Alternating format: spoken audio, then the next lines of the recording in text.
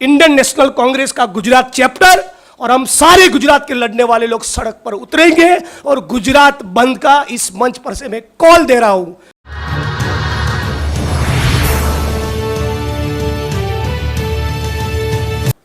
PMO में बैठे गॉडसे के कुछ भक्तों के द्वारा मुझ पर जो एफआईआर हुए उसके ऊपर मैं आज ये प्रेस कॉन्फ्रेंस कर रहा हूं। साथियों, सबसे पहला मेरा सवाल है कि गुजरात में पिछले 8-10 सालों के दौरान 2-4 नहीं 22 एग्जाम्स के पेपर लीक हुए, उसमें कोई इन्वेस्टिगेशन नहीं, कोई जांच नहीं, कोई गिरफ्तारियां नहीं। 1-2 नहीं 22 एग्जाम्स के पेपर लीक हुए। गुजरात में मुंद्रा के पोर्ट पर 1,75,000 करोड़ का ड्रग्स पाया गया। आई रिपीट, जिसकी इंटरनेशनल मार्केट में कीमत 1,75,000 करोड़ है, उतना ड्रग्स पाया गया जिस मुंद्रा के पोर्ट पे। यदि आपके घर में 10 ग्राम भी ड्रग्स पकड़ा गया, पत्रकार साथियों, आपको भी नहीं छोड़ेंगे। लेकिन गौतम अदानी साहब, उनके खिलाफ कोई कार्रवाई नहीं, कोई एफआईआर नहीं, कोई जांच नहीं, कोई इन्वेस्टिगेशन और इंट्रोगेशन के लिए एक बार भी नहीं बुलाया। गुजरात भाजपा की एक दलित समाज की महिला कार्यकर्ता ने भाजपा के सिटिंग मंत्री के खिलाफ बलात्कार करने का, लगातार बलात्कार करने का इल्जाम लगाया। This is discussed in the assembly of Gujarat. Gujarat की विधानसभा में भी इस मुद्दे को उठाया गया। उस मामले में पर भी कोई इन्वेस्टिगेशन नहीं, कोई जांच नहीं, कोई एफआईआर नहीं। इस देश में धर्म संसद के नाम पे एक स्पेसिफिक समुदाय के लोगों के जीनोसाइड का कॉल दिया जाता है। कोई इन्वेस्टिगेशन नहीं होता, कोई जांच नहीं होती।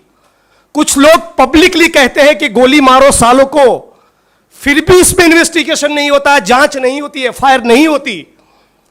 और मेरे केवल एक ट्वीट करने पर पीएमओ में बैठे गॉडसे के भक्तों ने इतने संगीन 2 एफआईआर मुझ पर कर दिए। What does it show? ये क्या दिखाता है? गुजरात की सरकार, प्रधानमंत्री और देश की मोदी सरकार की मंशा क्या है, उनका इंटेंशन क्या है, उनकी प्रायोरिटी क्या है? 1,75,000 करोड़ का ड्रग्स पकड़ा जा रहा है, उसमें आप किसी की जांच नहीं करना चाहते।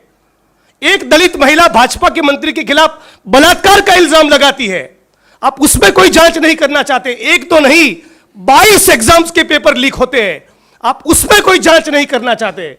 लेकिन मैंने केवल एक ट्वीट कर दिया, और ट्वीट का कंटेंट क्या है?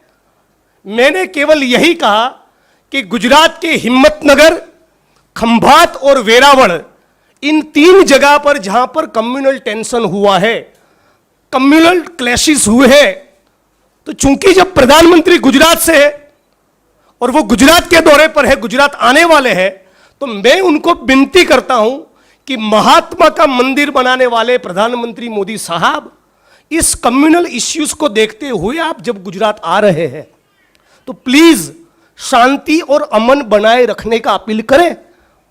मैंने उनको यही अपील किया है कि आप गुजरात की जनता को कहें कि दंगा फसाद ना हो, पीस और हार्मनी मेंटेन करिए। क्या इस देश में शांति और अमन बनाए रखने का अपील प्रधानमंत्री करे? यह कहना कौन से कानून के तहत ये ऑफेंस बनता है? और यदि उनको तकलीफ मिर्ची इस बात से लगी कि मैंने यह कहा कि गॉडसे के भक्त है, तो मैं इस प्रेस कॉन्फ्रेंस के माध्यम से उनको चैलेंज करता हूं कि भैया, लाल किले की प्राचीर पे चढ़ के गॉडसे मुर्दाबाद का नारा एक बार लगा दीजिए, तो दूध का दूध और पानी का पानी हो जाए। आज जो भी सब्जेक्ट पे इस देश के न्यूज चैनल्स में डिबेट हो, वहां भाजपा के सारे पत्रकार कहे कि गॉडसे मुर्दाबाद, तो वो सवाल ही नहीं रहेगा। लेकिन आप शांति और अमन का अपील नहीं करना चाहते, और 19 तारीख को मेरे खिलाफ एफआईआर होता है। मैं सिटिंग एमएलए हूं, अचानक पुलिस रातों रात 2500 किलोमीटर की दूरी तय करके आसाम से गुजरात आती है। 19 तारीख को एफआईआर हुआ। मुझे समझ नहीं आ रहा है उन्होंने कितने बजे फ्लाइट बुक करवाया। कोकराझार पुलिस स्टेशन और गुवाहाटी 4 घंटे की दूरी है, 4.5 घंटे होते हैं। वहां से आप गुवाहाटी पहुंचते हो, गुवाहाटी से बेंगलोर का फ्लाइट, बेंगलोर से अहमदाबाद का फ्लाइट, अहमदाबाद से आप 140 किलोमीटर दूर वडगाम मेरा कॉन्स्टिट्यूंसी, वहां मुझे गिरफ्तार करने आए। मतलब कि कहीं ना कहीं एफआईआर करने से पहले आपके फ्लाइट की टिकट्स बुक हो चुके थे। इट वॉज अ प्री, क्या है, गिरफ्तारी करके मुझे ले गए, तब मुझे बता नहीं रहे। उनको मालूम है कि मैं लॉयर हूं, लॉ मेकर हूं, मुझे बोल नहीं रहे कि कौन सा मुकदमा है। एफआईआर का कॉपी नहीं दे रहे, कौन सी सेक्शंस लगी वो नहीं बता रहे। मेरे परिवार से, मेरे माता पिता से बात करने की अनुमति नहीं, मेरे लॉयर से बात करने नहीं दिया।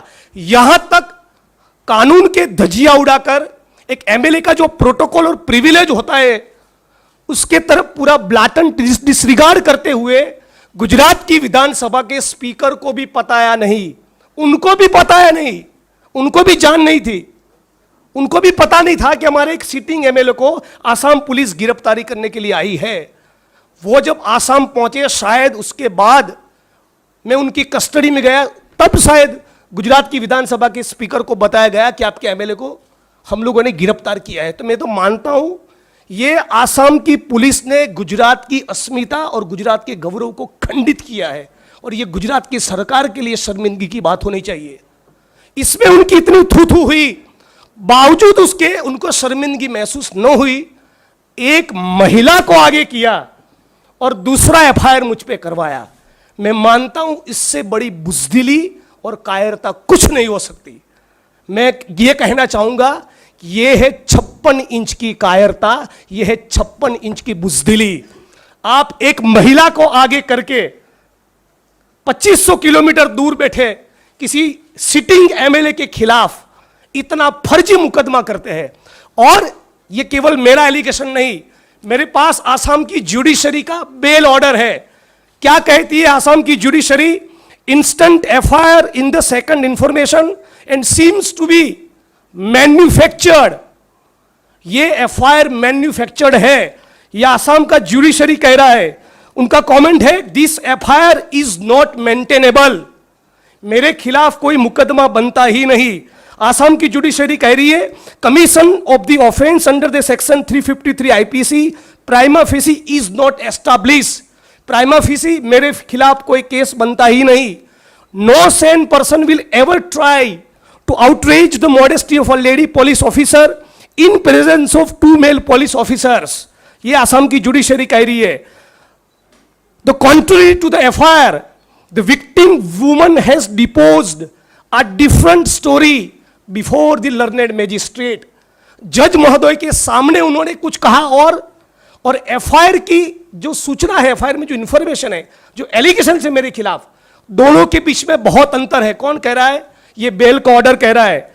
इसी ऑर्डर में जज महोदय ने लिखा है, इन view of the about testimony of the victim woman, the instant case is manufactured for the purpose of keeping the accused Shri Jignesh Mevani in detention for a longer period, abusing the process of court and abusing the process of law.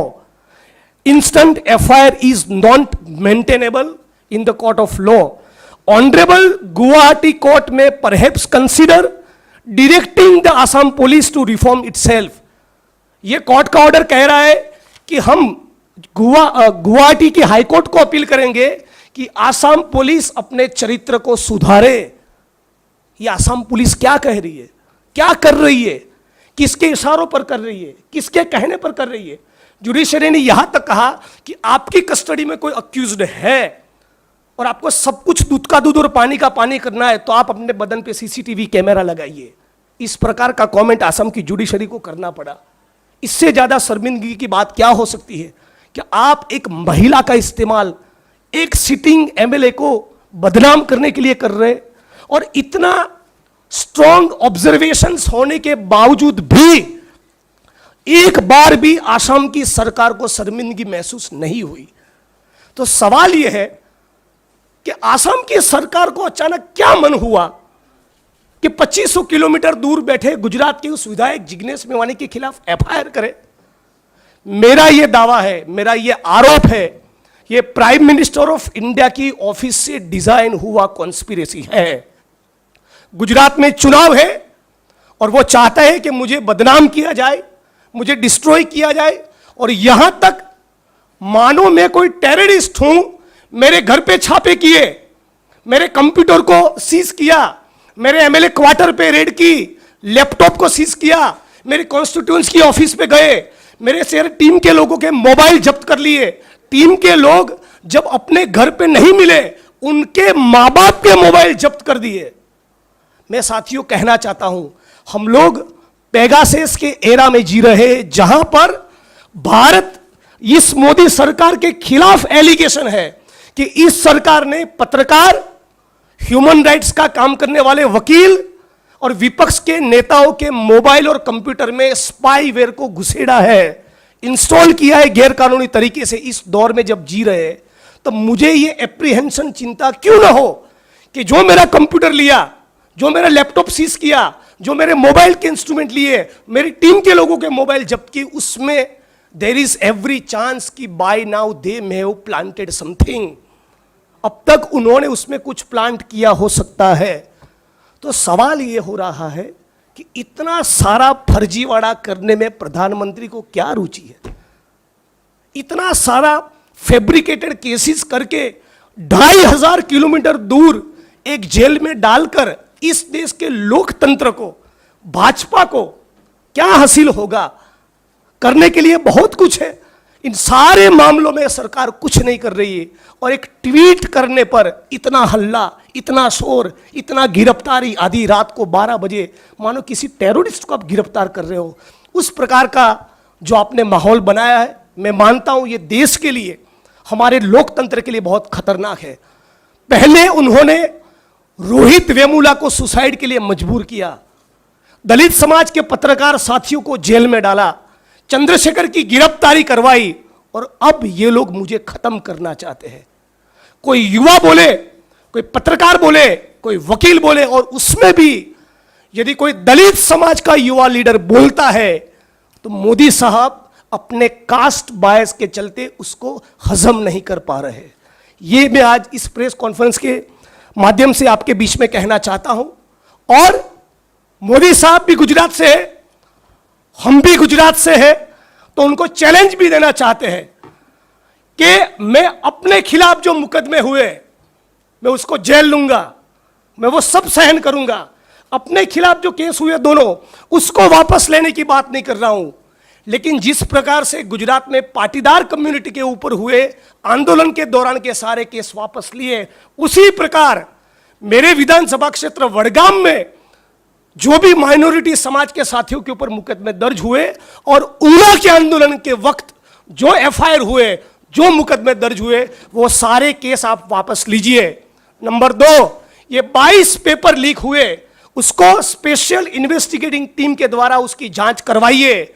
Number 3, ये मुंद्रा के port पर 1,75,000 करोड़ का जो drugs पाया गया, उसमें गौतम अडानी का interrogation करवाइए। और यदि इस सारे मामलों में आप 1 महीने के दौरान कोई कार्रवाई नहीं करेंगे, तो मैं चैलेंज के साथ कह रहा हूं, 1 जून पे इंडियन नेशनल कांग्रेस का गुजरात चैप्टर और हम सारे गुजरात के लड़ने वाले लोग सड़क पर उतरेंगे, और गुजरात बंद का इस मंच पर से मैं कॉल दे रहा हूं। मोदी जी, आप भी गुजरात से हैं, मैं भी गुजरात से हूं, आप भी समझ लीजिए, जैसा कि मेरे साथी ने कहा, फ्लावर नहीं फायर है, झुकेगा नहीं। It's my challenge to you, prime minister of India. Thank you so much. धन्यवाद जिग्नेश भाई।